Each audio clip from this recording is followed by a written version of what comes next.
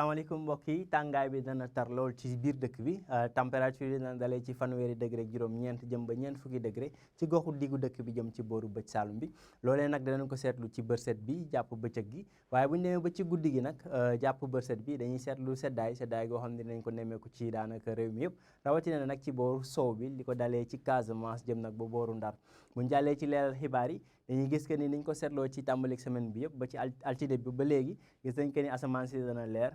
nañ jant bi moo fi gën a fës waaye bu ñu demee nag ba ëllëg ci ngoon dinañ gis ay niir yoo xam ne danañ xaw a doxantu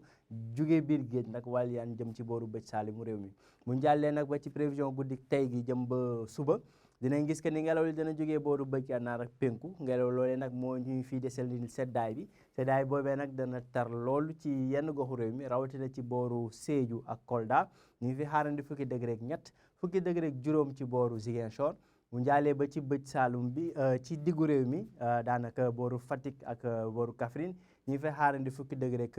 juróom bu njaalee nag ba daanaka booru côte bi li ko dalee Ndakaaru jëm ba Mbuur ñu ngi fay xaarandi fukki degré ak juróom benn fukki degré ak juróom benn nag diggante Linguère ak Podor ci tënk rek température yi dana wéy di dal bu baax rawatina ci gox yooyu le jàpp bëj saalum bi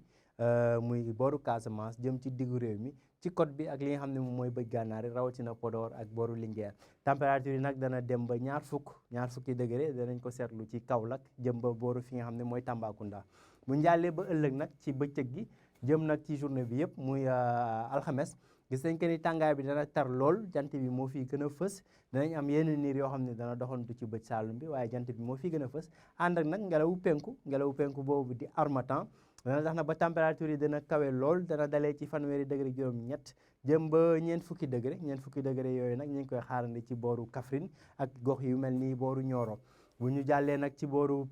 sow bi li ci mel ni booru Ndakaaru ni ñu ko seetloo fan yi yëpp Ndakaaru moom température am dana wéy di des ci ñaar fukki degré juróom ñeent li ko waral nag mooy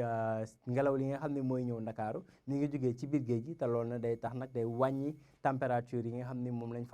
lañ naroon am booru Ndakaaru waaye ci tënk rek mbokk yi gis nañ que ni température bi dana yéeg bu baax tàngaay bi dana tar ci réew mi yëpp rawatina nag ci diggu dëkk bi dem ci booru penku bi température yi dana dalee foofu ci fanweeri degré ak juróom ñeent jëm ba ñeent fukki degré lii moo doon nag ndar képp xibaar yi ñu ngi leen di jox dig daje ba ëllëg ci yeneen xibaar météo jërë ngeen